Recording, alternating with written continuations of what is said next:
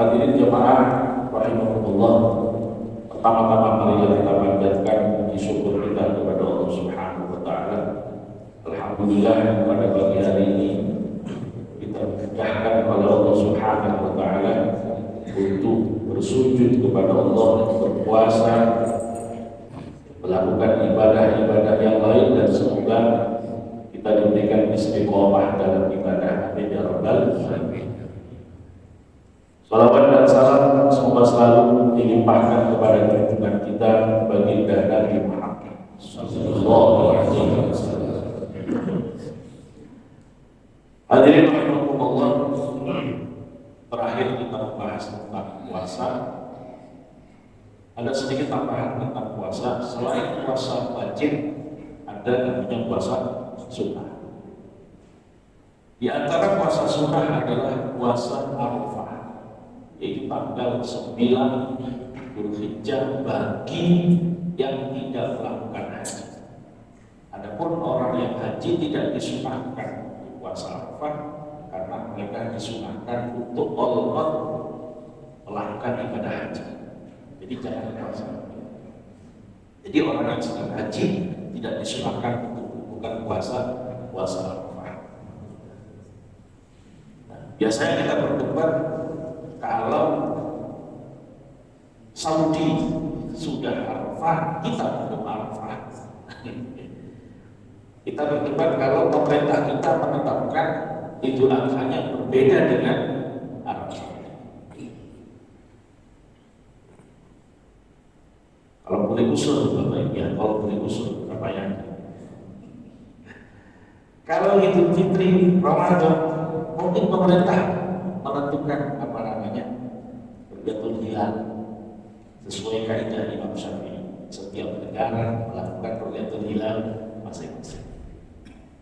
Tapi saya sendiri secara pribadi lebih setuju kalau Idul Adha ikut saja ke Saudi, ikut madhabnya jumhur ulama. Jumhur ulama kan mengatakan dimanapun terlihat Ru'yatul Hilal yang lain ini. Karena Idul Adha itu ada suasana haji, supaya klop dengan haji, kalau bisa menentukan Ramadan, Idul Fitri ditentukan masing-masing negara. Tapi kalau Idul Adha ikut saja ke Saudi Arabia, beres. Karena negara-negara Arab yang lain biasanya begitu, mereka tidak akan ribut Idul Adha, dia hanya mengikuti keputusan negara Arab. Tapi tetap itu masih dalam koridor perbedaan pendapat, karena bagi Imam Syafi'i masing-masing wilayah melakukan Ru'yatul Hilal sendiri-sendiri. Jadi andaikan pemerintah kita tidak sama dengan Saudi Arabia, dia tidak. Waktu saya menjadi mahasiswa pernah saya tanyakan ke ulama besar di Suriah tentang perbedaan antar negara dalam Idul Adha. Beliau mengatakan rakyat harus ikut pemerintahnya. Udah gitu doang. Rakyat harus ikut pemerintahnya. Jadi kita ikut saja pemerintah.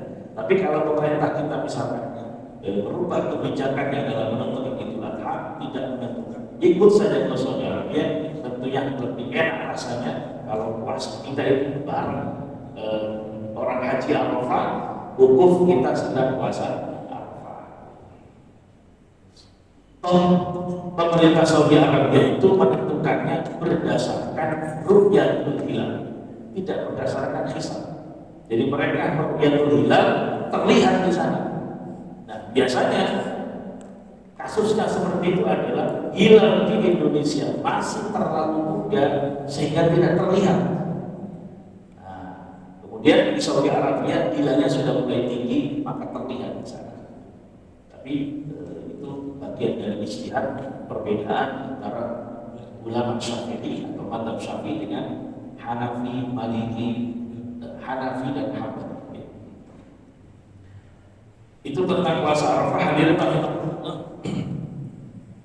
untuk Dzulhijjah sebenarnya tidak hanya disunahkan puasa tanggal 9, dari tanggal 1 sampai tanggal 8 juga disunahkan.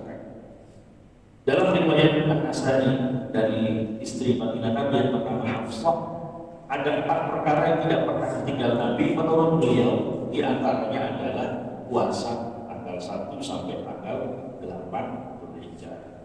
Jadi kalau kita mampu disunahkan puasa. Kemudian ada puasa hari Asyura yaitu tanggal 10 Muharram dan Tasu'a tanggal 9 Muharram. Seandainya kita hanya puasa tanggal 10 tidak makruh, tetap sunnah. Jadi memang sebaiknya orang yang puasa Asyura disunahkan puasa tanggal 9. Tapi seandainya dia hanya ambil tanggal 10, tetap dia melakukan ibadah sunnah dan tidak melakukan makruh. Kemudian puasa Senin dan Kamis. Rasulullah senantiasa puasa Senin dan Kamis, dan ketika ditanya beliau menjawab tu'radul a'mal yaumal itsnin wal khamis. Amal manusia itu dilaporkan kepada Allah pada hari Senin dan Kamis, dan aku ingin ketika amal itu dilaporkan aku sedang puasa. Kemudian puasa sunnah lagi adalah puasa 3 hari setiap bulan. 3 hari setiap bulan. Yang paling afdal adalah tanggal 13, 14, 15. Itu yang paling afdal.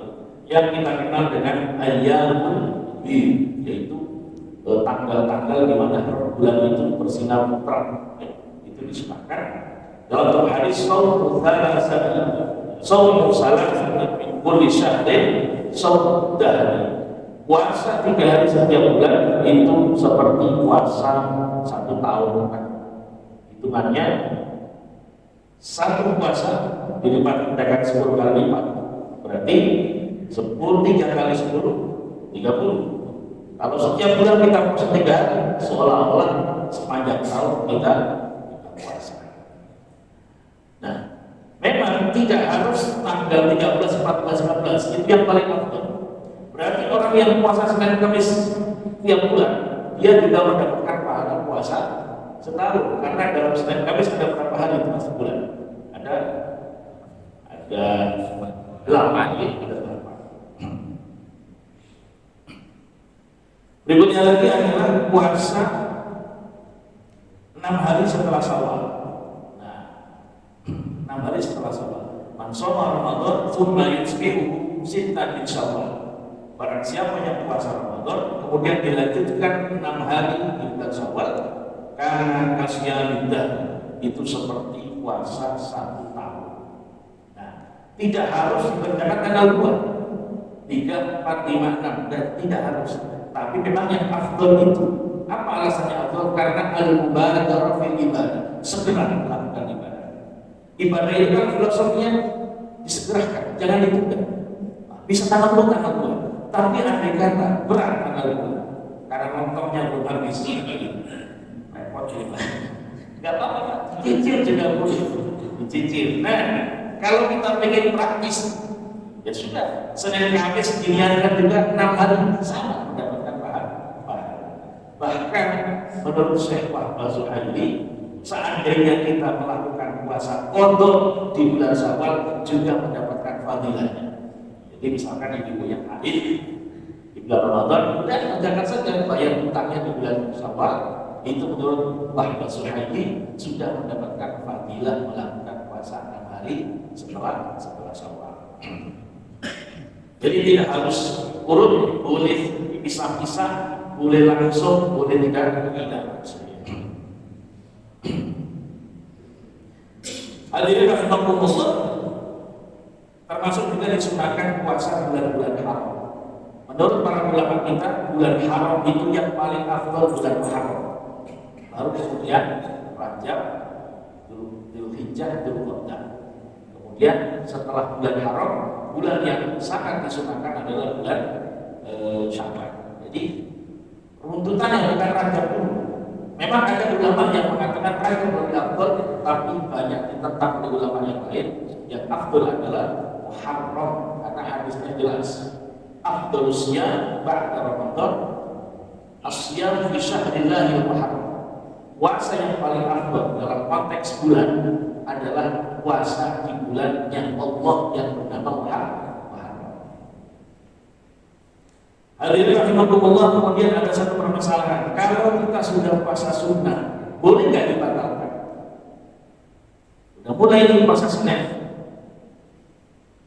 ada undangan juga. Boleh nggak dibatalkan? Bagi Imam Syafi'i boleh, tapi kalau bagi Imam Hanafi wajib diganti, dipotong. Karena apa? Allah berfirman, la tubtilu a'malakum, jangan kau batalkan amal. Jadi diskusinya para ulama. Imam Syafi'i mengatakan itu terserah kita puasa sunnah. Nah, ada hadis Nabi mengatakan as-shaimu mutatawwi amiru nafsi. Orang puasa sunnah itu ya dia yang ngatur dirinya sendiri. Insya Allah jika ia berkehendak dia lanjutkan puasa, wa insya afdal jika ia berkehendak ia sudahi puasa. Hadis riwayat Imam Hakim. Tapi Imam Hanafi menggunakan Al-Quran, la tubtilu a'malakum, jangan kau batalkan amal. Berarti menurut Imam Hanafi, kalau kita sudah puasa terus kita batalkan, wajib diqadha. Itu Imam Syafi'i saja. Itu tentang puasa sunnah. Hadirin rahimakumullah, ada lagi namanya puasa makruh. Makruh puasa. Apa saja? Yang pertama adalah ifradu yaumil jum'ah bisawm. Hanya sengaja puasa hari Jumat doang. Wah, saya mau puasa Jumat doang. Enggak, itu makruh. Tapi kalau digabung dengan Kamis tidak menjadi makruh. Nabi bersabda, la yasum ahadukum yaumal Jumat. Janganlah salah seorang dari kamu puasa Jumat, hari Jumat, illa ayyasuma qablahu aw yasuma ba'dahu, kecuali dia puasa satu hari sebelumnya atau satu hari sesudahnya. Begitu juga ifradu yaumis sabti bisawm, hanya puasa hari Sabtu saja itu dimakruhkan. Rasulullah bersabda, la tasumu yaumas sabti illa fima faradallahu alaihi. Janganlah kamu puasa hari Sabtu kecuali memang itu difardukan oleh Allah kepada. Nah, kemudian ulama mengiaskan begitu juga tidak boleh atau makruh, bukan makruh puasa hari Minggu saja.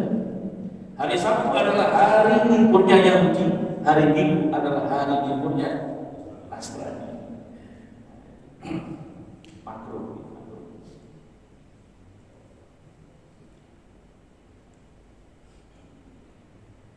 Tapi seandainya kita puasa Sabtu dan Minggu, itu makruhnya menjadi hilang.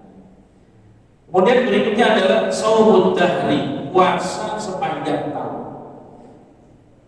Tapi di sini dijelaskan oleh ulama kita, puasa sepanjang tahun itu makruh bagi orang yang mendapatkan tidak mampu, bagi orang yang memaksakan dirinya dan juga akan mengganggu hak-haknya orang lain. Tapi kalau bagi orang yang sama sekali tidak terganggu dengan kesehatannya dan tidak mengganggu kewajiban-kewajibannya, maka dia bagus puasa sepanjang tahun. Jadi memang ulama kita berbeda pendapat. Kalau ada orang yang sepanjang tahun puasa kecuali yang diharamkan doang, itu sebagian ulama mengatakan kalau memang tidak mengganggu kesehatannya dan tidak mengganggu kewajibannya, maka itu juga sunnah, bagus. Tapi kalau terganggu kesehatannya, terganggu anak istrinya, maka menjadi makruh.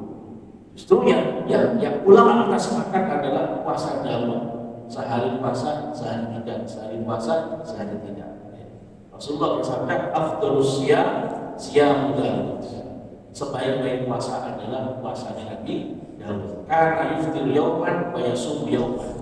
Beliau puasa sehari, tidak puasa satu hari. Tapi bagi sebagian ulama Syafi'i seperti Imam Ghazali, bagi orang yang mampu puasa sepanjang tahun selain yang diharapkan, maka lebih bagus dari puasa Daud menurut beliau. Tapi ulama yang lain mengatakan tetap yang paling bagus adalah puasa Daud. Boro-boro puasa sepanjang tahun luar biasa, dan kami sudah bisa. Di antara yang digunakan dasar adalah An Abi Darda Fazar Salman Abu Darda. Suatu ketika sahabat Nabi yang bernama Salman Al-Farisi itu berkunjung kepada Abu Darda. Farqa Abu Darda mutabardilan. Kemudian Salman Al-Farisi itu melihat istrinya Abu Darda kusut, lemes. Faqala masa mungkin ada apa? Kalau bahasa kita ada apa gaji kusut, lemes gitu. Faqala akhuka Abu Darda laisa lahu hajatun fid dunya. Saudara Abu Darda itu gak butuh dunia. Suaminya punya suami gak mau dunia. Diajak puasa terus setiap hari istrinya. Faqala Salman ya Abu Darda, inna li rabbika 'alaika haqqan. Wahai Abu Darda, Allah punya hak atas dirimu. Wa li ahlika 'alaika haqqan. Anak istrimu juga punya hak atas dirimu. Wa li nafsika 'alaika haqqan. Dan badanmu, tubuhmu juga punya hak. Fa'ati kulli haqqin haqqan. Berilah haknya masing-masing. Fadzakara Abu Darda di Nabi. Lalu Abu Darda tidak terima, lapor pada Nabi. Faqala Nabi shadaqa Salman. Benar, Salman itu benar. Udah diam Abu Darda. Jadi ketika melihat pemandangan seperti itu, nah langsung disinggung Abu Darda. Istri itu punya hak. Jadi istri kita punya hak untuk bahagia. Diajak sekali-kali Pak, diajak libur, jangan rumah terus, masak terus. Ayo, mari masak. Sekali-kali diajak berlibur. Ingat kata Salman Al-Farisi, istri punya hak, anakmu punya hak, badanmu juga punya hak, masing-masing berikanlah haknya masing-masing. Jadi jangan egois. Saya mampu puasa. Kalau suaminya puasa terus, istrinya ngajak, Pak, antar ke mall, puasa kita nih, sungai. Ingat kan, istri kita punya hak. Hadirin rahimakumullah, kemudian puasa yang diharapkan sudah kita hafal betul, yaitu puasa Idul Fitri, Idul Adha, dan puasa hari Kamis. Itu sudah mutlak, tidak perlu kita perdalam Arab. Kenapa? Idul Fitri, Idul Adha adalah hari untuk makan, makan kok malam puasa. Nah jadi disuruh bahagia, disuruh makan. Maka dari itu zakat fitrah meskipun boleh dibayarkan sejak tanggal 1 Ramadan, tapi alangkah baiknya diberikannya di akhir saja. Kenapa? Karena ada makna di situ bahwa zakat fitrah itu supaya tidak ada di umat Islam orang yang kelaparan di hari Idul Fitri. Jadi kita jamin warga kita Idul Fitri bahagia semua. Nanti kalau setelah Idul Fitri silakan bikin utangnya. Tanggal 1 Syawal harus bahagia semua, jangan sampai umat kita ada yang tidak punya beras. Itu filosofinya. Maka sebaiknya zakat fitrah jangan terlalu jauh dengan Idul Fitri, penyerahannya kepada mustahil. Kemudian juga haram saumu yaum isyak, puasa hari Rabu. Kapan itu? Yaitu tanggal 30 Sya'ban yang belum jelas ini Ramadan atau bukan. Jadi umat masih berdebat, ini Ramadan atau bukan tanggal ini. Tidak boleh puasa. Kecuali bagi orang yang sudah punya kebiasaan puasa sunnah. Jadi dia punya kebiasaan puasa Senin Kamis, dia lebih cenderung jadi tanggal 31. Boleh. Tapi kalau orang masih berdebat, kayaknya sekarang tidak ya, karena kita berpatokan kepada pemerintah saja. Jadi kalau pemerintah mengatakan ini tanggal 30 belum Ramadan, maka kita tidak puasa. Begitu juga menurut mazhab Syafi'i, ini khusus mazhab Syafi'i, tidak boleh puasa kalau sudah lewat nisfu Sya'ban bagi yang tidak punya kebiasaan puasa sunnah sebelumnya. Rasulullah bersabda, "Idzan tasafa Sya'ban fala tasum." Kalau sudah nisfu Sya'ban, janganlah kamu puasa. Kecuali orang-orang yang misalkan sudah punya kebiasaan sebelumnya puasa sunnah, Daud misalkan, lanjut puasa kebiasaan Senin Kamis, lanjut. atau dia sudah mulai puasa sejak tanggal 1 Syawal sudah ingin puasa lagi. Tapi kalau orang yang tidak punya kebiasaan sebelumnya ujung-ujung mau puasa Syawal tanggal 16 haram bagi madzhab Imam Syafi'i. Imam yang lain tidak mengharamkan. Kenapa? Karena mereka berbeda pendapat hadisnya sahih atau tidak. Menurut Imam Syafi'i sahih, maka diamalkan. Tapi kemudian menurut Imam Ahmad, Imam Hambali, hadisnya bagi saya tidak sahih, maka beliau tidak mengamalkan. Jadi terkadang perbedaan pendapat itu muncul gara-gara ulama kita tidak satu kata dalam hal mensahihkan satu hadis. Hadirin rahimahullah, kemudian kita masuk ke iktikaf. Iktikaf itu intinya adalah al-lubsu fil masjid, berdiam diri di masjid. Jadi kita iktikaf, maka harus kita niatkan supaya dapat pahala. Jadi ketika kita masuk masjid, itu bisa jadi kita pahalanya beda-beda. Ada yang ke masjid niatnya ya cuma sholat subuh saja. Ada yang dari berangkat sudah menyiapkan, saya mau iktikaf di masjid, saya mau mendengar pengajian di masjid, saya ingin menghindar dari perbuatan-perbuatan dosa, saya ingin menghindar dari perbicaraan aib orang lain. Itu bisa double pahalanya. Kenapa? Rasulullah bersabda, walikulli imri'in ma nawa. Setiap orang mendapatkan apa yang dia niatkan. Apa yang dia niatkan. Dia jadi pejabat, apa yang dia niatkan untuk perjuangan umat. Berarti dia mendapatkan pahala jihad. Walikulli imri'in ma nawa. Setiap orang mendapatkan pahala dari apa yang sudah dia niatkan. Dan iktikaf ini disunahkan kapanpun, di Ramadan atau di luar Ramadan, dan tidak harus disertai dengan puasa. Hanya ada dua yang harus dipenuhi bagi orang yang iktikaf. Yang pertama niat, yang kedua berdiam diri di masjid. Dan seperti yang kita ketahui bersama, Rasulullah SAW kalau sudah masuk tanggal 20 Ramadan sampai akhir Ramadan, beliau iktikaf 10 hari total di masjid. Silakan di program iktikaf, misalkan boleh. Itulah iktikaf yang paling afdal, yaitu iktikaf pada tanggal 10 terakhir di bulan suci Ramadan. Ditambah tidak, kalau tanggal 10 iktikafnya di Royal, itu mulai belajar ilmu kita. Nah, hadirin rahimakumullah. Kemudian kalau kita nazar iktikaf, saya nazar iktikaf di masjid, itu bebas, masjid mana saja. Ada hadis Nabi, la tusyaddu rihal illa ila salasati masajid. Tidak perlu dikuatkan niat bepergian kecuali ketiga masjid. Nah, ini hadis ini sering dikembangkan oleh beberapa kalangan kemana-mana. Jadi enggak, hadis ini bicara tentang masjid saja.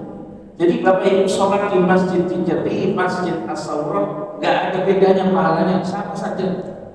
Yuk kita sholat di masjid Agung, pahalanya bisa enggak sama. Hanya 3 masjid yang beda: Masjidil Haram, Masjid Nabawi, dan Masjidil Aqsa. Masjidil Haram nilai pahalanya sholat di sana itu 100.000 sholat dibanding masjidnya.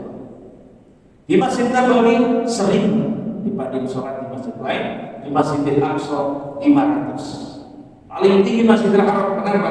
Di situ adalah yang membangun langsung Nabi Ibrahim atas perintah Allah Subhanahu wa Ta'ala. Dan di sana ada Ka'bah, kiblatnya seluruh umat. Itu nilai plusnya di sini. Maka dia paling tinggi. Di bawahnya Masjid Nabawi, karena yang membangun adalah Nabi Muhammad SAW.